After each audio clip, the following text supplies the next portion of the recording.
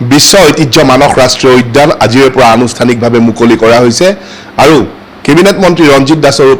উপস্থিতিত বিটিআৰ প্ৰধান প্ৰমোদ বড়োৰ সৈতে আজি আটকধুনীয়া পৰিৱেশৰ মাজত এই উদ্যানখনৰ প্ৰৱেশ মুকলি কৰা হয় পৰ্যটকৰ বাবে। গেষ্ট হাউচত আমি লগ পাইছোঁ বিটিআৰ প্ৰধান প্ৰমোদ বড়ো ডাঙৰীয়া। কিছু কথা পাতিম ৰাষ্ট্ৰীয় উদ্যান আৰু কিছু ৰাজনৈতিক কথা। বিশ্ব ঐতিহ্য মানস ৰাষ্ট্ৰীয় উদ্যান পৰ্যটকৰ বাবে মুকলি হ'ল, কি আহ্বান জনাব পৰ্যটকক? আজি আমাৰ এই যেটো সিজন এই সিজনৰ কাৰণে মানস যেটো ৰাষ্ট্ৰীয় উদ্যান আছে নেশ্যনেল পাৰ্ক এইটো ওপেন কৰা হ'ল আৰু আজি ৱৰ্ল্ড টুৰিজিম ডে।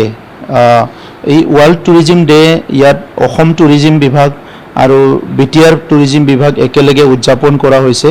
আৰু এই উদযাপনৰ লগতে সংগতি ৰাখি আজি আমাৰ মানস ৰাষ্ট্ৰীয় উদ্যান পৰ্যটকৰ কাৰণে মুকলি কৰি দিয়া হৈছে। আমাৰ অনুভৱটো এইটো যে প্ৰত্যেক বছৰতে মানসত যেটো পৰ্যটকৰ সংখ্যা বাঢ়ি আছে, বৃদ্ধি হৈ আছে আৰু আমি সকলো জানো যে কোনোবা অঞ্চলত, কোনোবা দেশত বা কোনোবা ৰাজ্যত যদি পৰ্যটকৰ সংখ্যা বাঢ়িছে, এইটো আমি পিচ আৰু সিকিউৰিটিৰ ইণ্ডিকেটৰ বুলি ধৰা হয়। কাৰণ ইয়াত এটা সময়ত পৰ্যটকক বাদ দিয়ক, আমাৰ কোনোবা বাহিৰৰ পৰা মানুহবিলাকে কোনোবা আলহী হৈ কিবা হৈ বড়োলেণ্ডত আহিবলৈ ভয় কৰিছিলে, কিন্তু আজি তেনেকুৱা হাজাৰ হাজাৰ সংখ্যক যেটো আমাৰ টুৰিষ্ট, নেশ্যনেল টুৰিষ্ট আৰু ফৰেন টুৰিষ্ট আহাটো এইটো খুব মানে এটা ডাঙৰ এটা এচিভমেণ্ট বুলি ক'ব লাগিব। সেইকাৰণে আজি আমাৰ এই টুৰিজিম ছেক্টৰটো ডেভেলপ কৰাৰ কাৰণে আমি যথেষ্ট প্লেনিং লোৱা হৈছে। ইয়াত এখন 5 ষ্টাৰ হোটেল লাগে আৰু বাকি যিখিনি হোম ষ্টে এইটো অলপ বৃদ্ধি কৰিবলৈ গৈ আছোঁ আৰু অসম চৰকাৰৰ যিবিলাক আলহী আঁচনি আছে, বিভিন্ন আঁচনি আছে, এই আঁচনিবিলাকো ইয়াত ৰূপায়ণ কৰাৰ কাৰণে চিন্তা চৰ্চা কৰা হৈছে। গতিকে মানস যেটো ৰাষ্ট্ৰীয় উদ্যান আছে, ইয়াত যিখিনি হেৰিটেজ আছে, যিখিনি আমাৰ ফ্লৰা এণ্ড ফৌনা আছে, এইটো one of the most beautiful and rich. চ' এইটো চবে ৰিকগনেশ্যন দিছে। তো সেইকাৰণে বিটিআৰ অঞ্চলৰ অকল নহয়, অসমৰ অঞ্চল নহয়, ভাৰতবৰ্ষৰ সকলো মানুহে, বিশ্বৰ মানুহে এতিয়া মানস ৰাষ্ট্ৰীয় উদ্যানখন জানে। তো সেইকাৰণে আমি বিটিআৰ চৰকাৰ হিচাপে ইয়াৰ ডেভেলপমেণ্টটো বিচাৰোঁ আৰু ওচৰে পাজৰে যিসকল কমিউনিটি আছে, যিবিলাক পপুলেশ্যন আছে, তেখেতসকলৰ আগৰ পৰাই বেনিফিট হৈ আছে। অনাগত দিনত এমপ্লয়মেণ্ট আৰু তেখেতসকলৰ অৰ্থনৈতিক যিটো বেনিফিট এইটো আৰু বৃদ্ধি পাব, সেইটো আমি অনুভৱ কৰিব পাৰোঁ। কাজিৰঙাতো 5 ষ্টাৰ হোটেলৰ পৰিকল্পনা কৰা হৈছে। আপুনি যিটো ক'লে, যদি সম্ভৱ হয় ইয়াত মানস ৰাষ্ট্ৰীয় উদ্যানত কেতিয়ালৈকে সম্পন্ন হ'ব পাৰে? ইতিমধ্যে জিংজাৰক দিয়া হৈছিলে, জিংজাৰৰ কামটো এতিয়ালৈকে আৰম্ভ কৰা নাই। সেইকাৰণে বেলেগ বেলেগ গ্ৰুপবিলাকৰ লগতো আলোচনা চলি আছে, যাতে তেখেতসকলে আহি যিবিলাক হাই এণ্ড টুৰিষ্ট, তেখেতসকলৰ কাৰণে কিছুমান ব্যৱস্থা, ইনফ্ৰাষ্ট্ৰাকচাৰ ইয়াতে নিৰ্মাণ কৰে। আমি সোণাৰ বাংলা বা বিভিন্ন গ্ৰুপৰ লগত কথা চলি আছে। মই আশা ৰাখোঁ যে এই 2024ৰ শেষৰ ফালে হয়তো আমি 2-3টামান গ্ৰুপ ইয়াত পাব পাৰোঁ, যিয়ে নেকি আহি ইয়াতে তেখেতসকলে হোটেল বা ৰিজৰ্ট নিৰ্মাণ কৰিব আৰু আমাৰ অলপ হাই এণ্ড টুৰিষ্টসকলৰ কাৰণে তেখেতসকলে সুবিধা যিটো ফেচিলিটি এইটো নিৰ্মাণ কৰিব। মানস ৰাষ্ট্ৰীয় উদ্যানৰ আশে পাশে অবৈধ বেদখলৰ কথা আহিছে। পূৰ্বে আপোনালোকৰ ইএমএও কৈছিলে ইয়াত অবৈধ বেদখল ব্যৱস্থা লোৱা হ'ব, তেনে কিবা চিন্তা কৰা হৈছে নেকি? বিটিআৰ অঞ্চলৰ বিভিন্ন জেগাত যিবিলাক বেদখল আছে, ইয়াত আমি চিন্তা চৰ্চা কৰি আছোঁ আৰু মানসটোতো মানে যিটো ৰাষ্ট্ৰীয় উদ্যান আছে, ইয়াত ৱাইল্ড লাইফ চেঞ্চুৰী আছে, ইয়াততো কোনো কাৰণত কম্প্ৰমাইজ কৰিব নোৱাৰোঁ। কিন্তু আমি যাহাতে খুব ছিষ্টেমেটিকেলি হয় আৰু এইটো ক'ত কি পপুলেশ্যন আছে, কেতিয়া আহিছে, এই গোটেই কথাবিলাক লৈ পেলাই আমি অলপমান প্লেনিংবিলাক কৰি আছোঁ। আৰু আপোনালোকে জানে অলৰেডি আমাৰ কাউন্সিলখনে প্ৰথম কাউন্সিল আমি লেণ্ড ডকুমেণ্টবিলাক ফুল্লি ডিজিটাইজ কৰা হৈছে। গতিকে আগৰ চৰকাৰৰ সময়ত ইয়াত মানে কোনো পাৰ্মিশ্যন নোহোৱাকৈ বিভিন্ন কনষ্ট্ৰাকশ্যন চলিছে, কিবা চলিছে, এইবিলাকৰ কাৰণে আমাৰ অসুবিধা হৈছিলে। আমি এই লাষ্ট 4-3 বছৰত এই প্ৰব্লেমবিলাক এটা এটাকৈ সমাধান কৰিছোঁ। গতিকে যিমানখিনি এৰিয়াত এনক্ৰচ হৈ আছে, সেই এৰিয়াবিলাক আমি আইডেণ্টিফাই কৰিছোঁ, যাতে পৰৱৰ্তী সময়ত এইটো এভেকশ্যনৰ কি কয় যিটো আছে আপোনাৰ ইলিগেলি যিসকলে দখল কৰিছে, ইয়াৰ পৰা মুক্ত কৰিব পৰা যায়। ধন্যবাদ জনাইছোঁ। উপ নিৰ্বাচন আহি আছে, প্ৰাৰ্থী ঘোষণা কেতিয়ালৈ কৰিব বা কেনে প্ৰস্তুতি চলিছে? আমাৰ কমিটি গঠন কৰি দিয়া হৈছে, প্ৰাৰ্থী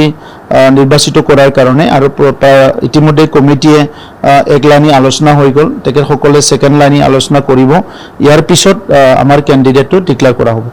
বিটিআৰ ৰাজনীতি বুলি ক'লে এটা কথাই চৰ্চা হৈ আহিছে এফচু আৰু বড়ো সাহিত্য সভাই হাগ্ৰামা মহিলাৰীয়া বা UPPL দল BPF দল এক হোৱাৰ কথা কৈছে এই ক্ষেত্ৰত আপোনাৰ কথা আজিলৈকে মন্তব্য শুনা নাই বা কেইদিনমান পূৰ্বে মুখ্যমন্ত্ৰীয়ে যদি এই প্ৰচেষ্টা সফল হয় আদৰণি জনাম বুলি কৈছিলে আপুনি কি জনাব চাওক পলিটিক্সত সদায় কি কয় পজিটিভ আৰু নেগেটিভ দুটা কথা সদায় থাকে আৰু ইয়াত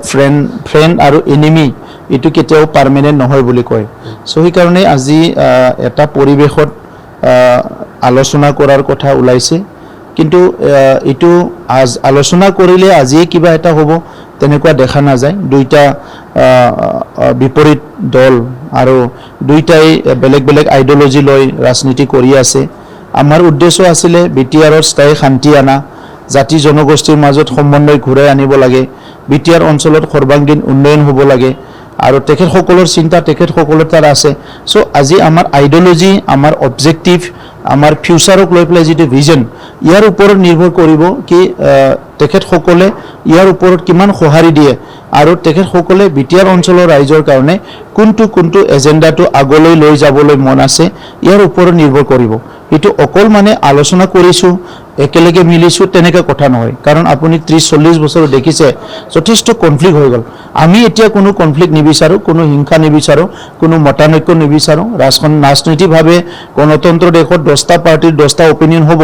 কিন্তু বিটিআৰ অঞ্চলত যাতে শান্তি সম্প্ৰীতি উন্নয়ন সদায় হয় ইয়াৰ কাৰণে আমি এই কথাটো আমি কামনা কৰিম গতিকে আলায়েন্সে হওক বা আণ্ডাৰষ্টেণ্ডিং হওক বা একত্ৰীকৰণে হওক তাত দুইটা দল তিনিটা দল সকলোৰে লগত মন মিলিব লাগিব আলোচনা বিলোচনা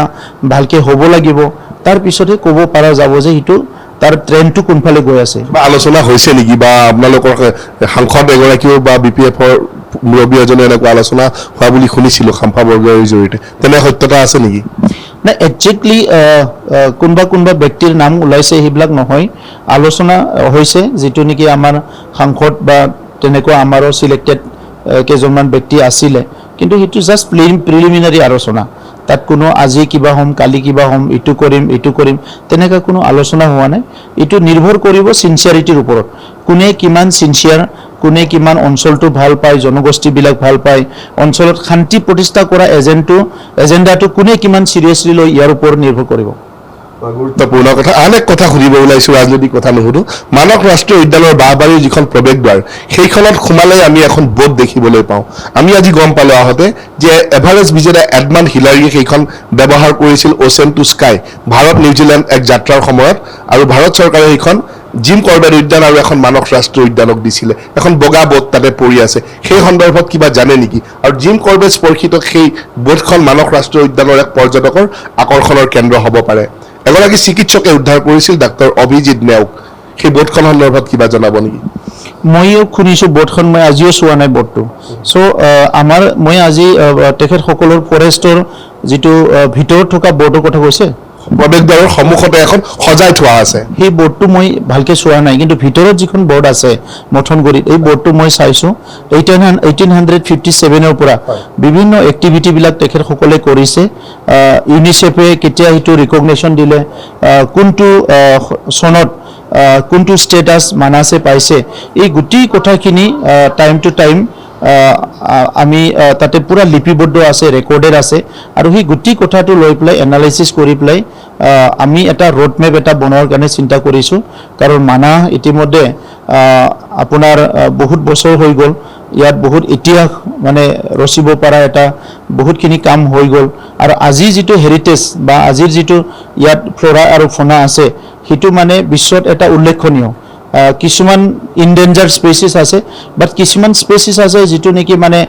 ইয়াৰ পপুলেশ্যনটো সদায় বাঢ়ি যাই আছে তো ইয়াৰ ভিতৰতে বেংগল ফৰিকান অকল ইয়াতে পায় তেনেকুৱা কিছুমান পিগমি হক আছে বহুত ইয়াত জীৱ জন্তু আছে যিটো নেকি বেলেগ অভয়াৰণ্যত নাপায় আজি আমি এটা কথা গম পালোঁ যে ইয়াত যিটো বাফেলো আছে এই বাফেলোটো পিউৰ ব্ৰিড বাফেলো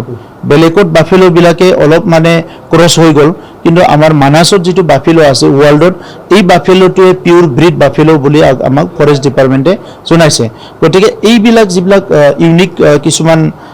ইয়াত মানে এই আছে